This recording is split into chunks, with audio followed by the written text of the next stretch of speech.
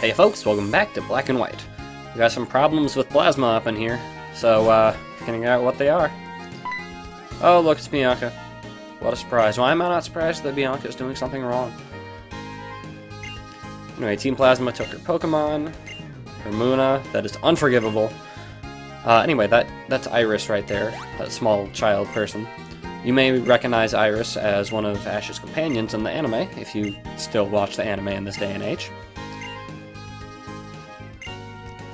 And, of course, as soon as he says that, ta-da, Team Plasma right there. Yeah, get out of here.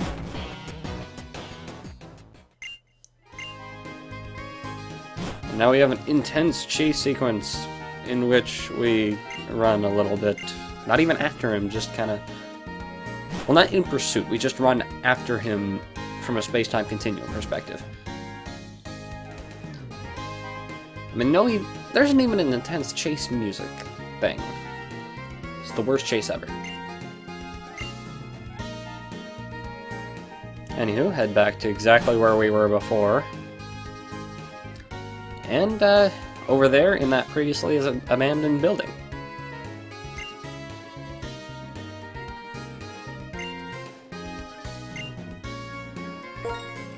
Team Plasma members are not very good at hiding things or doing anything.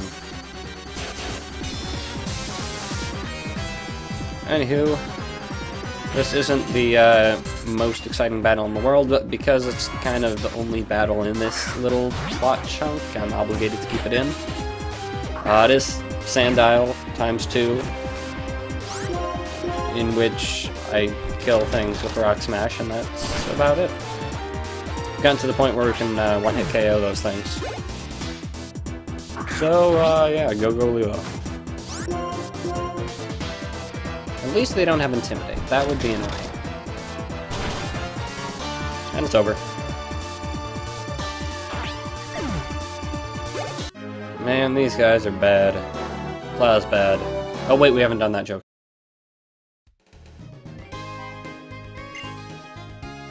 There it is, Pla's bad. It's my new favorite word. Alright, and now we can run in and just get the Pokemon if we ever stop talking to people.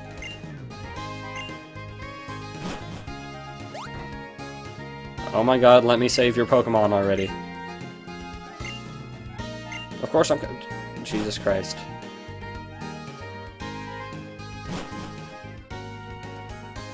And of course we have Getsis and 2 other sage people. Anyway, various differences between Black and White. Very small, but apparent, and they're all going to show up for a fraction of a second, so pay attention.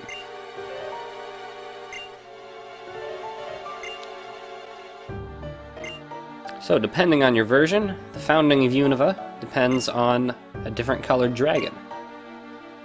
And depending on your version, the hero who paired up with the dragon either sought to create an ideal world or a true world. Minor differences, no gameplay difference, but little difference in the mythos. And I'm interested to see what the third version does to like either tie those together or completely disregard them.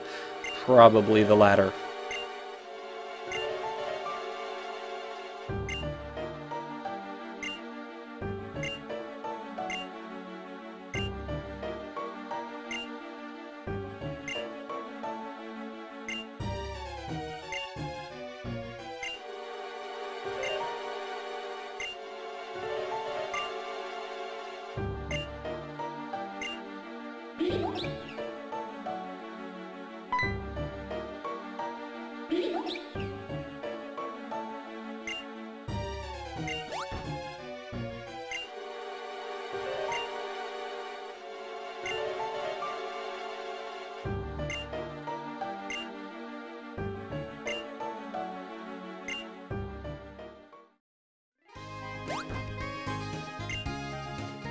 Yeah, I don't even know how we did that. Maybe they went up the elevator and then jumped out the window? Or I don't know. I don't know how They're not ninjas. Ninjas... We haven't had we haven't had ninjas since, like, Gold and Silver.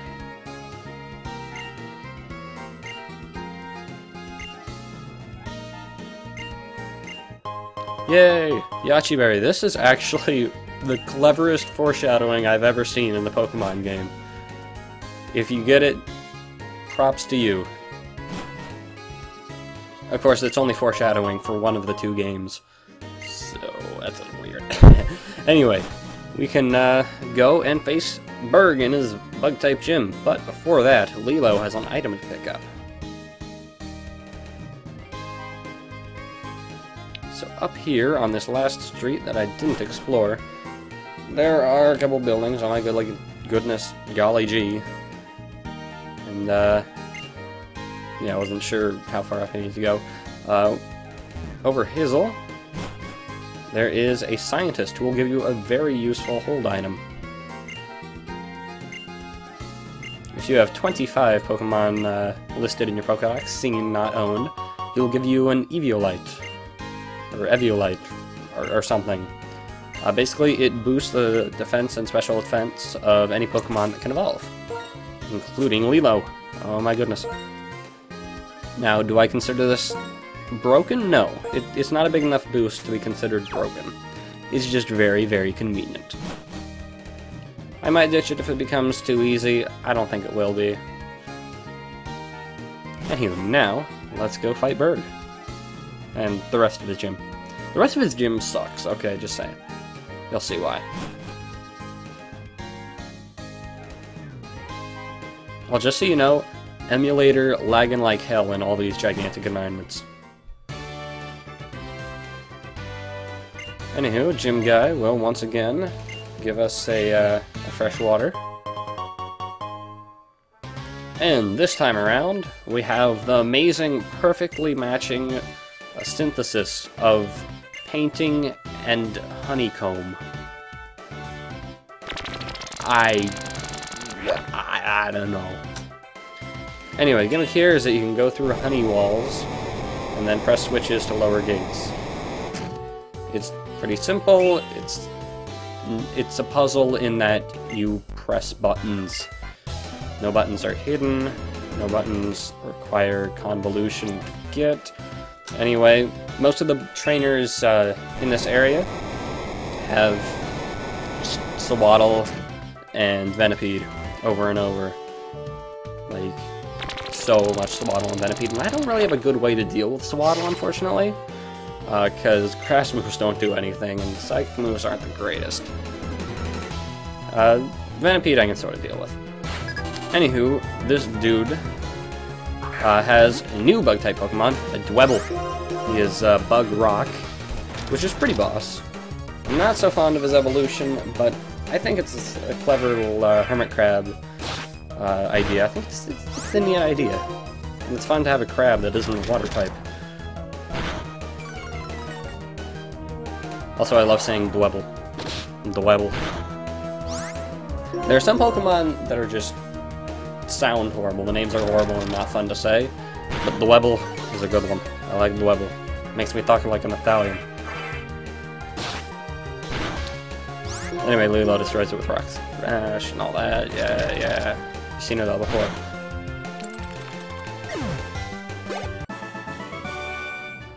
And that's the most interesting thing in this gym, unfortunately.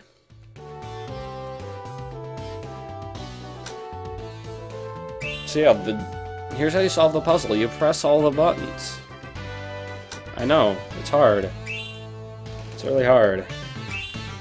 Like, I don't know how a small child can figure this out. Can I use this as an opportunity to rant about gym puzzles? Remember in Generation 1 there weren't actually that many gym puzzles? Like, Brock didn't have one, Misty didn't have one, Surge had one, Erica didn't have one, Sabrina had one, Koga had one, Blaine had one, Giovanni had one. Okay, sorta did. None of them were ridiculous like this. Like, why would you actually have a labyrinth of a honeycomb? Like, seriously, I can understand Lieutenant Surge being paranoid because he was a war veteran. I understand ninjas having invisible walls. I understand psychics liking to confuse people with teleportation. Giovanni's kind of doesn't make any sense, but, like, Blaine was a scientist. Of course he would have trivia puzzles. It makes sort of sense. But just because you have bug types doesn't mean that you have a labyrinth of honey. That's dumb. That's really dumb.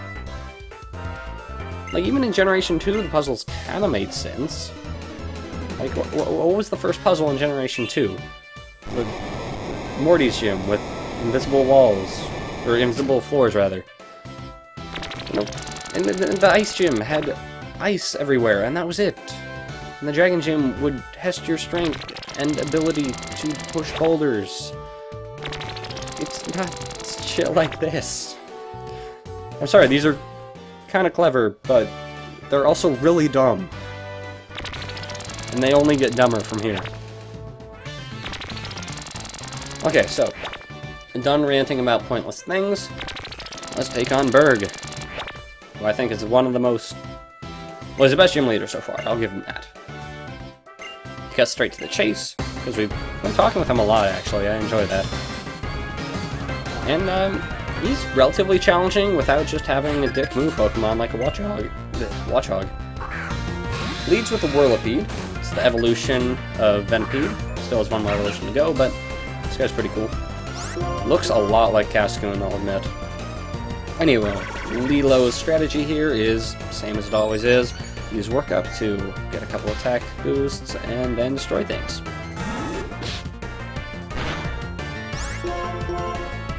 Now, I don't think... I'm not going for, like, +6 attack. That would be overkill and ridiculous. Like, I'm not that patient. Lillipup gets a Screech in, which is unfortunate, but if everything goes as planned, Lilo will just sweep everything without being hit, so it's alright. Anyway, crunched rather than takedown because I wanted to avoid the recoil. Anyway, critical poison, I hate that. I don't know what the percent chance of poison on Poison Tail is, but in both my attempts, this first Poison Tail got me. Anyway, use Crunch rather than Takedown, A, because I didn't want the recoil, and B, because I want him to use up all those Hyper Potions on Lillipede rather than this later Pokemon. Because if he used them on later Pokemon that are actually difficult to defeat, that would be a pain in the butt. It's kind of like the strategy that I tried to use but didn't work way back in the Hop Hip run against Red. You know, I was whining about how I one-shotted Pikachu so he wouldn't waste his potions on him. Same strategy here, except it actually worked. Anyway, Spilled Poison, which is annoying, but it'll work out. Otherwise we wouldn't be seeing this. Anyway, over on the black front, Manfred uses Psychic moves on Poison type, and survives by a hair. I don't know why. That shouldn't have happened, honestly. It should not. But I can live with it, and guess what? Same Hyper Potion thing happening. And that's a lot bigger deal here than it is in white. Because in white, Lilo can just destroy everything in one hit. Here, not so much, and his last Pokemon, basically it's Manfred versus his last Pokemon, because neither grass type is going to do much. Honestly, I'm not well typed against this gym in black. I have a Psychic type and a Grass type, and neither of those are too good against Bug. In fact, they do the exact opposite. Anyway, Burgh now is up the Webbel. The Webbel is a cool guy. And because Webbel's not the most powerful offensively, here's where I use the Antidote. It's in the Sand Attack. That could be potentially disastrous. There's a phrase I haven't used in a while. And luckily it doesn't come into play.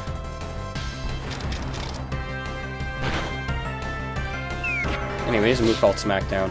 I think that's pretty rad. But everything they're using is critically. Jerks. Anyway, starting to use some of my drink reserves. Struggle Bug is like his signature move or something. It lowers special attack for whatever reason. Luckily, Lilo isn't a special attack. And Webbel goes down. And over on the black front, we got a grass type versus a bug rock type, which equates to a neutral. It's okay, it works out. Especially since Lil now has Giga Drain, which will do more damage. Now Lil is actually at kind of a weird point. This is basically where I decide when do I want to evolve Lil in order to have an optimal moveset. Because do I want Energy Ball, or do I want Quiver Dance? Hypothetically, I could Quiver Dance be a move relearner, but that might require some item farming. But I'll get into that later. Because for now, we have final Pokemon, Leavanny. Final stage of Swaddle. It's really good. I don't care what Barbecue says. It's really good. I don't care if it got one-shotted, it's really good. I think it's a good Pokemon. I would recommend it to anyone. Anyway, that wasn't a very good representation of how devastating Leavanny can be. And neither is this one, actually. It's just a matter of I'm typed well against it. Anyway, Servine is here as Deathwater. That's basically it. I'm here to heal my other Pokemon who can actually do damage. Anyway, a lot of the bug types in here actually like to use Protect a lot. If you know, I edited it out so you didn't really see much. They like to waste your PP by protecting the first couple turns.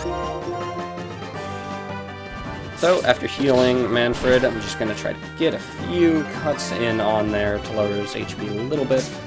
I'm not going to do a whole lot other than possibly get him out of the lower into red range, which would be useful if he hadn't already wasted his Hyper Potions. But there, it was just kind of killing time. Now, Manfred's the only one who can really do a lot of damage against Leavanny, and it's not a lot. But Giga Drain basically going to do zilch against a big bug grass type. Leech Seed completely ineffective. So basically I gotta use Psycho Move, which, you know, it's not the worst move possible.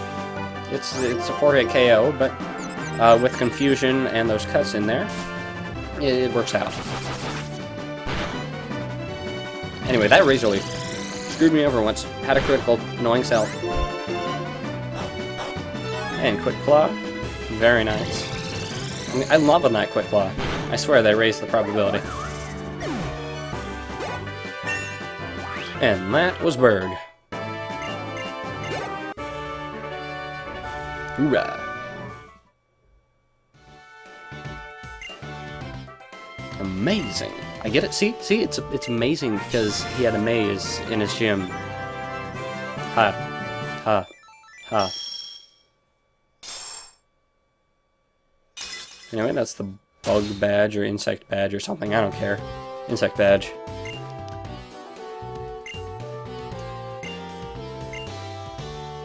And he'll give you Struggle Bug, which, I don't know, might be a good idea. See how things work out. I might, I don't know if Lil can learn it, actually. I'll look into it.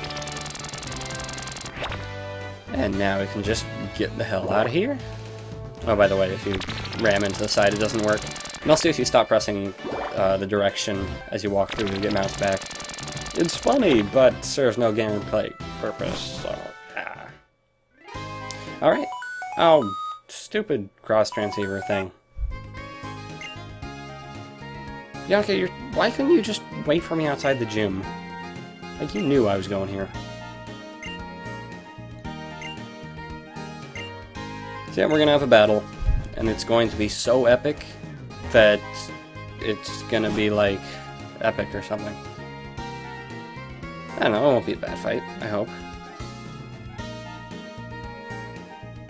Anyway, that takes care of that, and I will see you guys next time for Route 4.